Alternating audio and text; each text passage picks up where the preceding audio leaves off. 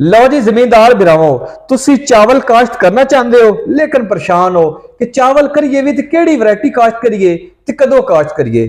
क्या चावल दी असी एवरेज ज्यादा लै सकते हैं? ये सारियां गल्लां जनाब अज साडे नाल मौजूद हैं बड़े नामवर हस्ती मास्टर फलक शेर साहब, और हर साल 70 तो 80 मन के अंदर अंदर इन्हां दी एवरेज आ जाती और कदी कदी 80 तो भी प्लस हो जाती। किहड़ियां वैरायटियां किहड़े टाइम च लाउणियां और साल 2025 है, इस साल केड़ी वैरायटी कामयाब रहेगी? सारियां गल्लां करदे हां मास्टर फलक शेर साहब नाल। अस्सलाम वालेकुम जी। वालेकुम अस्सलाम। हुण ये दसो भी चावल दी वैरायटी केड़ी केड़ी इस साल तुसी लवा रहे हो और किस टाइम तो किस टाइम तक ये लगदी है?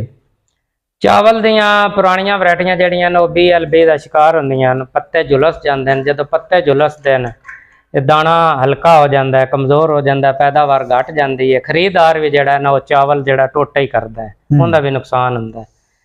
पिछले 2 सालों के तजर्बा यह होया कि असल जी 1847 है, उनकी एवरेज भी ज़्यादा आई है, उनके चावल की पकाई भी ठीक है, तो 100 दिन की वैरायटी है, उनका ज़्यादा रिजल्ट है। पाकिस्तान ते इंडिया सब तो जी इस टाइम खूबसूरत वैरायटी है जिंदे ते मान है कि वह गिरती बिल्कुल नहीं, वो 1847 है।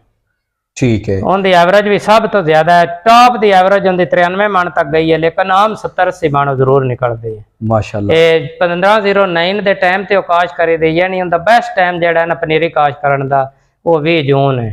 यानी 5-10 सावन तुसी स्टार्ट करो लगानी और सावन खत्म करो। ये पनीरी दसते पे हो? नहीं, ये अगे फिर शिफ्ट जदों करनी। पनीरी का की टाइम? पनीरी का टाइम है बेहतर है 15 जून तो लैके 30 जून तक 1847 की पनीरी काश करो। ज्यादा अगेतियां लोग काश करते हैं, उन्होंने पता नहीं होंदा, वो फिर जदों निसारा कर दियां टैंपरेचर ज्यादा होंदा है, पोलीनेशन का अमल खराब होंदा है, थोथ हो जाती मंजी, दाना खाली। इसदा मतलब है कि तुसी अगेती भी काश नहीं करनी, तो कितने दिन की पनीरी होनी चाहिए? पनीरी जिहड़ी है बेहतर तो होंदा 25 दिन की होवे, लेकिन पनीरी जिहड़ी है ना आम किसान दी वो 35 दिन तो लैके 40 दिन तैयार होंदी है। आम जिहड़ा आम किसान है ते जिहड़ी 1847 ते 1885 वैरायटी है ते 17-18 दी पनीरी थोड़ी जी ज्यादा उम्र दी भी हो जाए नुकसान नहीं होंदा। 1509 दी ते 1692 दी पनीरी ज्यादा उम्र दी शिफ्ट करी है ते वो फर्स्ट टिलर जिहड़ा निसारा कर जांदा है। अच्छा, 1847 जिहड़ी है इन्हां दी ही वैरायटी लेटेस्ट है? 1847 जिहड़ी है वो 1509 दी नवी वैरायटी है ते और इस टाइम इनदी बड़े चर्चे हैं। अच्छा। लेकिन फिर भी ये सारी काश्त इनदी नहीं करनी चाहिए। फिर भी 1885 तुसी लगाओ, कुछ हिस्से ते थोड़ी जी PB7 लगा लो, तुसी 17-18 लगा लो, 1985 को 2-4 एकड़ लगा लो। यानी एक वैरायटी दे असी खिलाफ हाँ, काश्त नहीं करनी चाहिए, क्योंकि अगर तुम एक वैरायटी काश करते हो उस टाइम बारिशां आ जांदियां जो निसारा करती है, या आंधियां आ जांदियां या टैंपरेचर थोड़ा जिहा ज्यादा हो सकता है, वो फसल खराब भी हो सकती है। इस तो तुसी मुख्तलिफ औकात दे विच 2-3-4 वैरायटियां जरूर काश करो। 8 कनाल दे वास्ते कितना कणक चाहिए होंदा है, कितना किलो लानी चाहिए? 5 किलो बीज जिहड़ा ना 1 एकड़ वास्ते वो काफी होंदा है। पनीरी भी 5 मरलियां च काश करनी चाहिए, यानी 1 किलो 1 मरले च। जेड़े बंदे 2-2.5 किलो बीज 1 मरले डाल देंदे वो फिर बरीक लाभ होंदी है, वो फिर उनकी गाही मोटी नहीं होंदी, वो बूटा नहीं करती, या कुछ पौधे बारिशां या पानी खत्म ही हो जाते हैं। ठीक हो गया। ते जदों इन्हों शिफ्ट करिंदा उस तो बाद को खादां दा इस्तेमाल दसो। खादां दा इस्तेमाल यह हुंदा कि वैरायटी जिंदे पानी खड़ा होवे उन जिंक की जरूर कमी हुंदी है। उन जिंक तुसी किसी विच कंपनी दा दे सकदे हो, लेकिन वो बेहतर हुंदा 15 दिन दे अंदर अंदर जरूर दिओ। चिलीटर जिंक अंदर बंदे ऑर्गेनिक मैटर यूरिया या DAP मिला के चिलीटर जिंक विच ही मिलांदे तो वो दे देंदे ने। इनदी वड्डी एहतियात ये हुंदी है कि अगे जिहड़ी तणे दी सुंडी वो लगदी है 35 दिन ते जाके, हुण तणे दी सुंडी जिहड़ी है वो लग जांदी 17 तो 20 दिन है। यानी पहली जिहड़ी जहर है मोनो जिहड़ी हुंदी है या चिकाटे भी तुसीं पानी है वो 20 दिन दे पहले इस्तेमाल कर दिओ।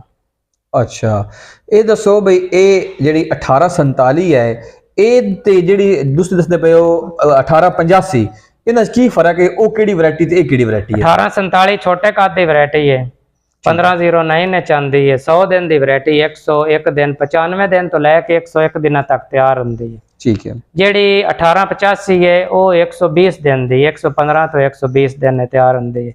वो कैनात दी वैरायटी है। सुपर बासमती ये कैनात 17-18 ये सारियां 120 दिन दी वैरायटियां। जो पहले साल आई है 17-18 105 दिन तैयार हुई है, फिर 110 दिन चाहिए, हुण भी 120 दिन तैयार होंदी है। ਖਾਣ ਵਾਸਤੇ ਕਿਹੜੀ ਬੈਸਟ? ਖਾਣ ਵਾਸਤੇ PB7 ਦਾ ਬੜਾ ਰਿਜ਼ਲਟ ਹੈ। 1847 ਦਾ, 1885 ਦਾ, 17-18 ਜਰਕ ਦਰਮਿਆਨੀ ਹੈ।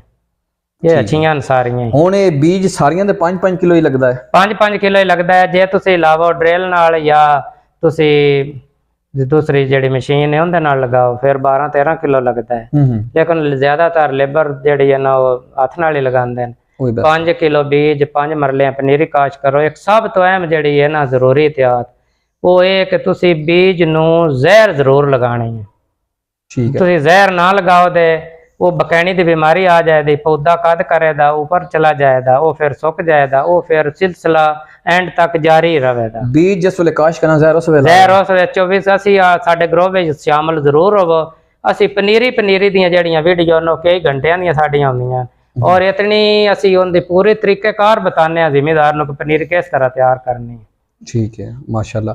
ਤੇ ਬੀਜ ਹੁਣ ਸੇਲ ਕਰ ਰਹੇ ਹੋ ਤੁਸੀਂ? ਹਾਂ, ਅਸੀਂ ਸੇਲ ਕਰ ਰਹੇ। ਸਾਡਾ ਬਹੁਤ ਛੋਟਾ ਜਿਹਾ ਲੈਵਲ ਦਾ ਕੰਮ ਹੈ। ਸਾਡਾ ਬੀਜ ਖਤਮ ਹੋ ਜਾਣਾ 10-15 ਦਿਨ ਤੱਕ, ਕਿਉਂਕਿ ਉਹ 4-4 ਏਕੜ ਦਾ ਬੀਜ ਹੁੰਦਾ ਹੈ। ਲੇਕਿਨ ਹੁੰਦਾ ਸਾਡਾ ਜਿਤਨਾ ਸਾਫ਼ ਅਸੀਂ ਬਣਾਉਂਦੇ ਕੋਈ ਬੰਦਾ ਨਹੀਂ ਬਣਾ ਸਕਦਾ।